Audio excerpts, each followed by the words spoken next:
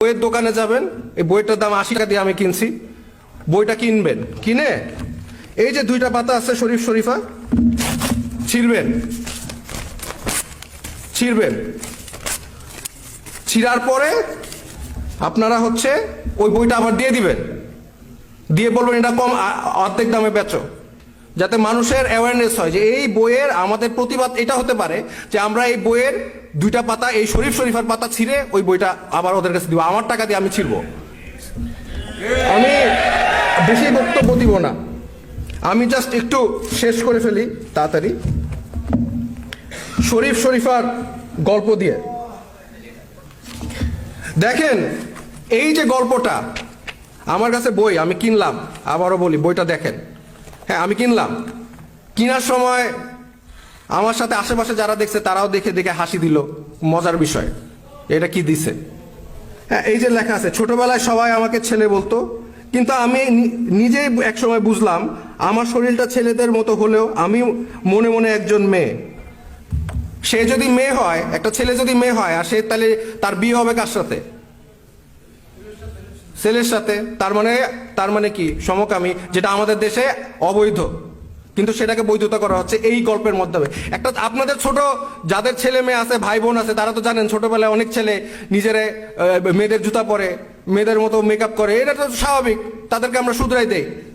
তারপরে তার পারবেন না, তাদেরকে স্কুলে ব্রেন ওয়াশ করা হবে, যেটা আমেরিকা ইংল্যান্ডে করা হচ্ছে, যে তুমি মেয়েদের মতো করছো তো তুমি মেয়ে।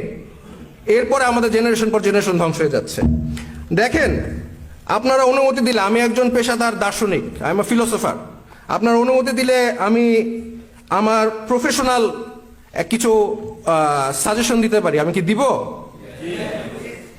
ওকে, আমাদের এই বইটা আছে, এটা অলরেডি পাবলিশ, ঘরে ঘরে আছে। যাদের সামর্থ্য আছে তারা একটা কাজ করবেন, সেটা হচ্ছে বইয়ের দোকানে যাবেন, এই বইটার দাম ৮০ টাকা দিয়ে আমি কিনছি।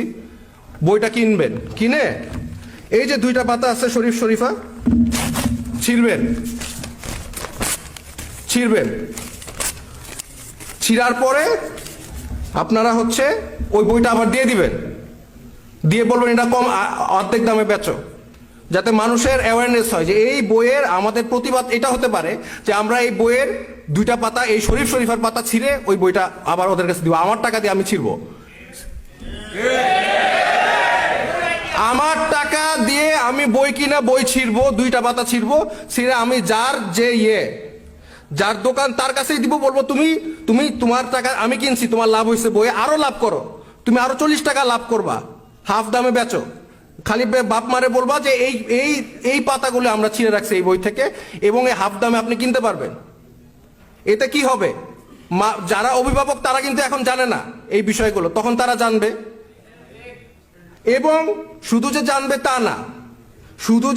তা না, তারপরে তারা এই বিষয়টা আমরা তাদেরকে দেখাই দিব যে এখানে প্রতিবাদ হচ্ছে, আমরা এই বইয়ের পাবলিকেশন যেগুলো পাবলিশ হচ্ছে সেগুলো আমরা যদি ছিঁড়ে ফেলে এই দুইটা পেজ, এবং এটা যদি ফেসবুকে আপলোড করি সবাই, যে আমরা ছিঁড়তেছি জায়গায় জায়গায়, ছিঁড়ে আমার টাকা দিয়ে আমি ছিঁড়বো, কার কি তারে আমি দিব, আমার টাকা দিয়ে আমি ছিঁড়বো এই দুই পাতা।